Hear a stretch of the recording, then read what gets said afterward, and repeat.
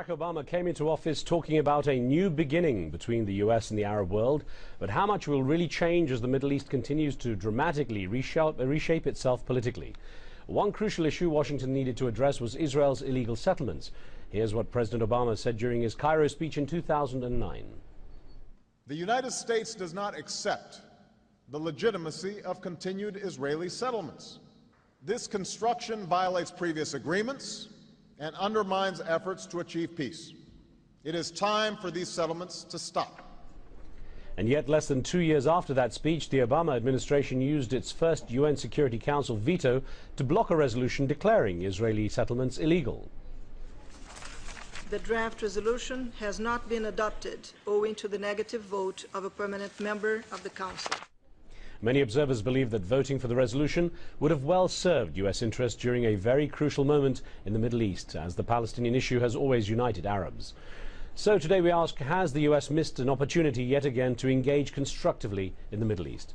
The phone lines will open in a little while, but for now you can join the discussion with your questions and comments via email and text messaging. Well, joining me on the show is Zalmay Khalilzad, the former U.S. ambassador to the United Nations. We'll be talking to Dr. Khalilzad in just a few minutes. But first, I had a chance to talk a short while ago with the world-renowned British-Pakistani author and critic Tariq Ali. I began by asking him how similar he found the Middle East policies of the Obama administration to those of the former U.S. President George W. Bush, particularly when it comes to the Palestinians. Well, I think they're very similar. As far as Israel is concerned, there's been no change at all. And essentially what Obama is doing in Israel-Palestine is exactly the same as Bush, forcing the PLO to accept everything that the Israelis are asking for. As Al Jazeera has already revealed in the Palestine papers, something that people like myself had been saying for a long time, that the PLO leadership has capitulated totally and completely. And I really wouldn't be surprised if what we are seeing elsewhere in the Arab world, in Cairo, in Tripoli, in Tunis, in Sana'a, doesn't spread to Ramallah soon, because I think that ordinary Palestinians are fed up with their leadership and the repression that has been meted out to them. And on that, Obama and the Israelis, like Bush and the Israelis, are at one.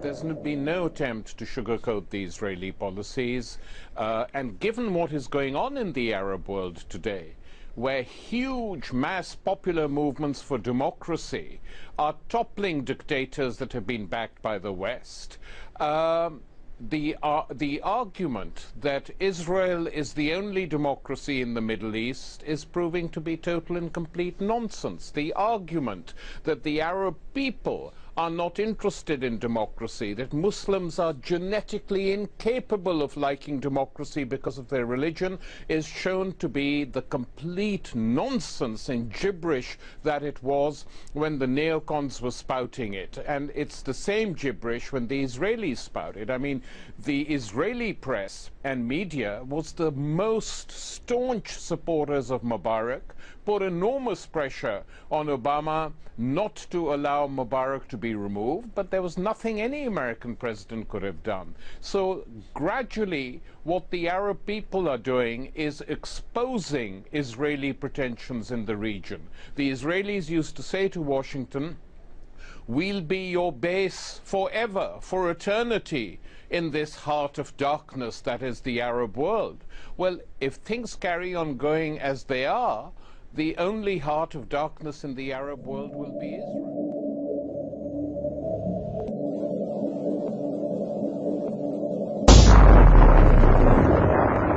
Essentially, what the Israelis have done is given token support to American advice, which is weak, as we know, in any case, and carried on disregarding any real instructions they may or may not be getting from Washington. And the number of settlements that have been built and are still being built on the West Bank and in the occupied territories makes the idea of a two-state solution laughable, a farce. It's not going to happen because it can't happen. It can't happen physically because of what the Israelis have been up to. So the Israeli leadership may not like to hear this, but essentially what they have done is made a single state in Israel-Palestine inevitable over the next decade.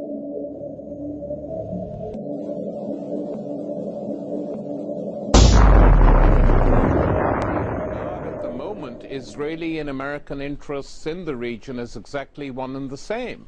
And that certainly helps and suits the Israelis, but it is now very damaging to any American administration that rules, because the argument which they've used till now is that the Arab world is led by dictators and unrepresentative kings, and we have to deal with the people we see. Well, the Arab people are now demanding democracy in Bahrain as well as in Egypt and Algeria and the Yemen.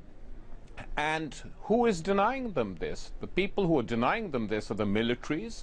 Who backs the militaries? In the case of Egypt, the United States. In the case of Tunisia, the French, backed by the United States. So we see a very clear situation now in the Middle East where the masses want democracy, sections of the army want democracy, and the democracy is being denied to the people. They're being told to wait, obviously so that some what they call orderly transition can be agreed, because they are fearful in the West that if the Arab people are allowed to vote and choose their own governments, the governments might not do the bidding of the West.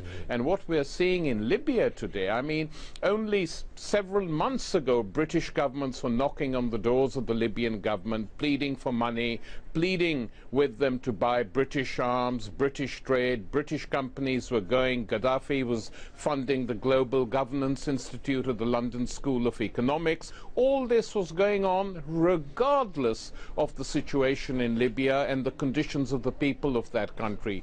That too has imploded now. So the Arab world is witnessing a second wave of democratic and national revolutions in which they want both democracy, they want to break with neo-colonial rule, and they want to determine their own futures. And this is a very exciting time for the region.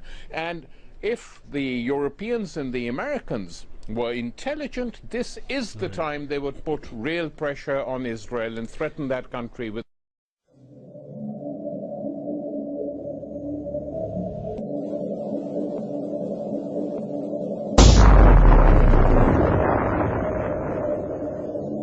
Because we had an email, if I could put to you, that came in from Karachi, from Pakistan, from Ahmed Ali Birjarani, who says, the US needs to show that it is friendly to the people. It has no choice but to support the newly forming democratic governments across the Middle East. Do you think that's the case? Well, I think their choices are limited if they allow such governments to come into existence.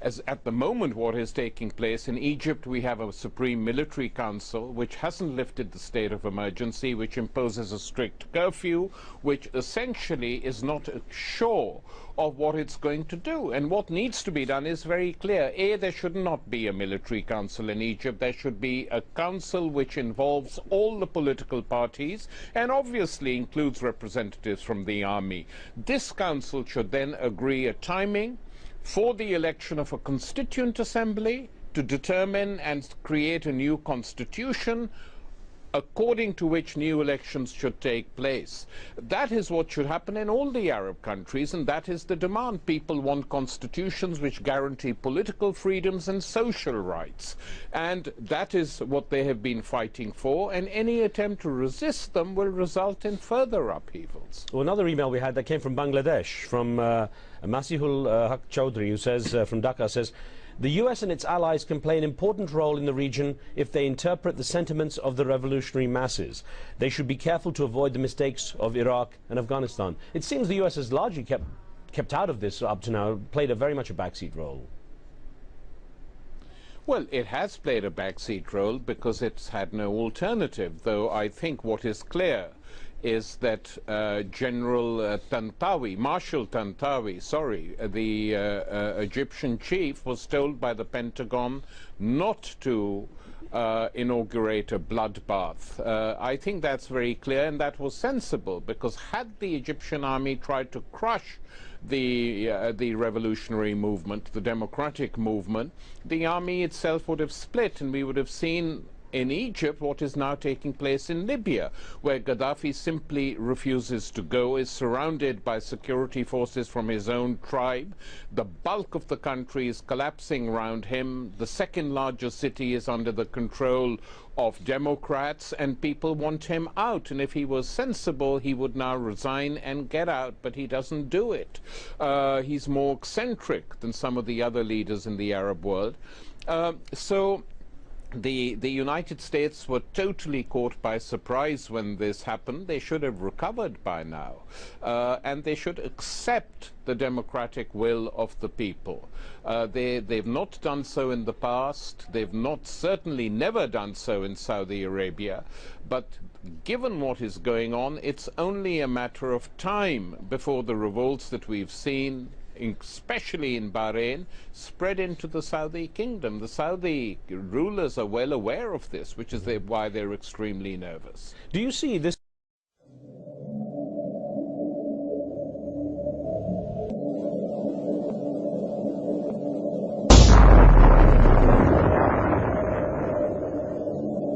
as a genuine coming together of the so-called Arab street? I think, Riz, it's not just the Arab street, though it is primarily that, the much mocked, much maligned, much derided Arab street, and people said the Arabs are dead, they're incapable of doing anything. Well, they've risen again, as they rose once before in the 60s and 70s, but they've risen this time in a totally different world, in a totally different context. The first wave of Arab nationalism, Nasser in Egypt, Qasem in Baghdad, radicals in Damascus, revolutions in the Yemen, etc., etc., took place when we were living in a multipolar world. And so they could be more daring, more innovative, more bold in what they demanded.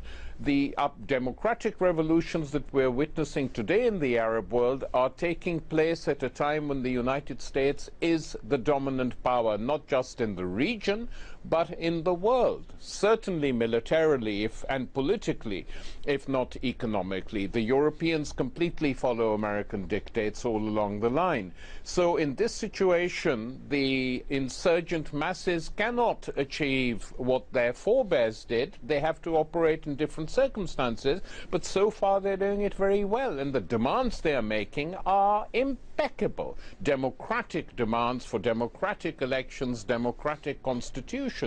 And the West, in which democracy itself is hollowing out, because you have political parties running governments without any differences, no basic differences with each other, both in Europe and in North America, should actually be encouraged by this outburst, flowering of democracy in the Arab world. It's extremely positive and has a lot to teach the West.